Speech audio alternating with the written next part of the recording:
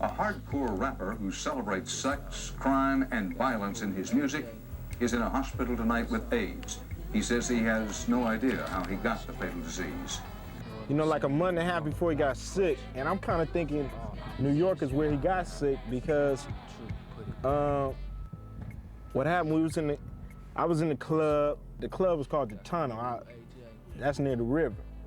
Man, it was so cold. I'd never been that cold in my life, and the cabs wasn't stopping for no. So I stood outside for about 20 minutes, man, till my eyeballs was freezing. I went inside. He took off walking by himself, and I just know that's where he got sick. I thought it was a serious problem then the first time when he went to the hospital, but then shortly thereafter when he wasn't getting better, maybe about a week later, and we went back and they started running a lot of tests, and definitely when I got the call with the diagnosis, that's when I knew it was serious. I went to the hospital and I went into Eric's room and I think Tamika was in, and Eric wanted to talk to me. He said, "Mom, I have something to tell you."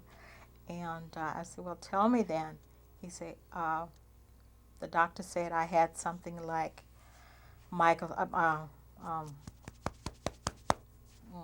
Magic Johnson have, I'm sorry.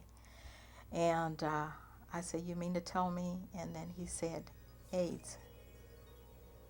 Well, I heard it as a rumor from, from my homeboy's mother who works up there. About a week later, all these, people kept saying stuff, but it was still a rumor, still felt like a rumor.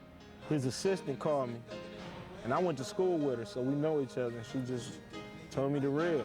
When the diagnosis was given and took place with the doctor, there were conversations between myself and him and his family of how to approach it, and due to the fact that he was in the limelight in terms of the public eye, other than just being Eric Wright at home or, that's my buddy, there are young people, older people, people that look to him as fans, kind of like, what are you doing, what's going on, good, bad, whatever, that something needed to be released, something needed to be said. I'm not saying this because I'm looking for a soft cushion wherever I'm heading.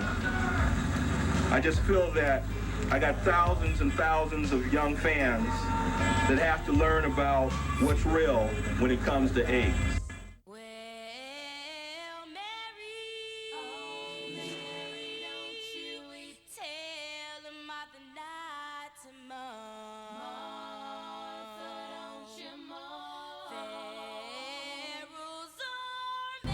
I think Eazy's death changed not only me, but so many people in the community, black community, whatever community, in the ghetto rather, about AIDS, and letting you know that not just the people way up here can get it, but the people down in the streets can also get it. It's something that is real, it's something that is out there, and other than just Eric dying from the disease, there are lots of other people, millions of people that are dying from the disease every day and that are suffering from it.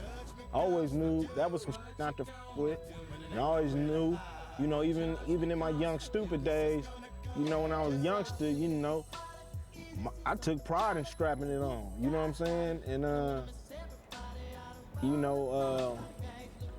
Eazy-E was a little more freer with himself than that, you know what I'm saying?